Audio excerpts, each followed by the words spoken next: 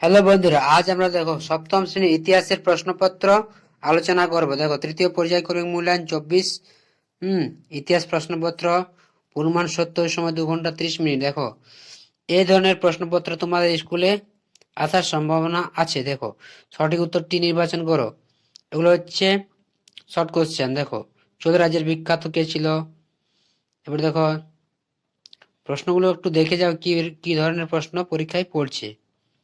পানিপথের প্রথম যুদ্ধ হয়েছিল কত সালে। দেখো প্রথম জিজিয়া কর কে চালু করেছিল। ঘরঘরা যুদ্ধ বাবরের প্রতিদ্বন্দ্বী কে ছিলেন। এগুলো কিন্তু তোমরা নিজেরাই প্রশ্নগুলোর উত্তর তৈরি করবে।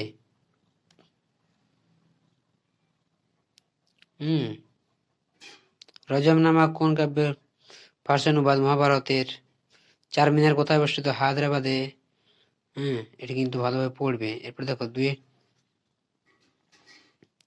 পানিপথে আছে। দেখো শিবাজি অভিষেক হয়েছিল কত সালে। শিবাজির রাজ্য অভিষেক কত সালে হয়েছিল। ব্লক তৈরি হয়েছিল কি নিয়ে। অনেকগুলো গ্রাম নিয়ে।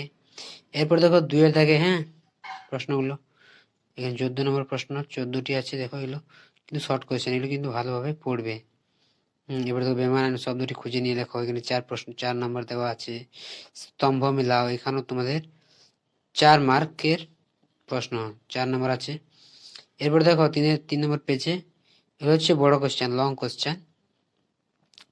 2-3 দেখো পাল শাসন, বাংলা ইতিহাসে হোসেন শাহ বিখ্যাত কেন। 12 ভূঁইয়া কাকে বলে। ভক্তিবাদ বলতে কি বোঝো। অষ্টপ্রধান কাকে বলে। এগুলো কিন্তু 2 নম্বরের কোশ্চেন। এখানে আছে তোমাদের 5টি করতে হবে 3 মার্কের কোশ্চেন। এটা কিন্তু প্রশ্নপত্রটা দেখে নাও একবার। এই ধরনের প্রশ্নপত্র তোমরা রেডি করবে পরীক্ষার জন্য। যাদের এখনো পরীক্ষা বাকি আছে তারা দেখে যাও প্রশ্নপত্রটা।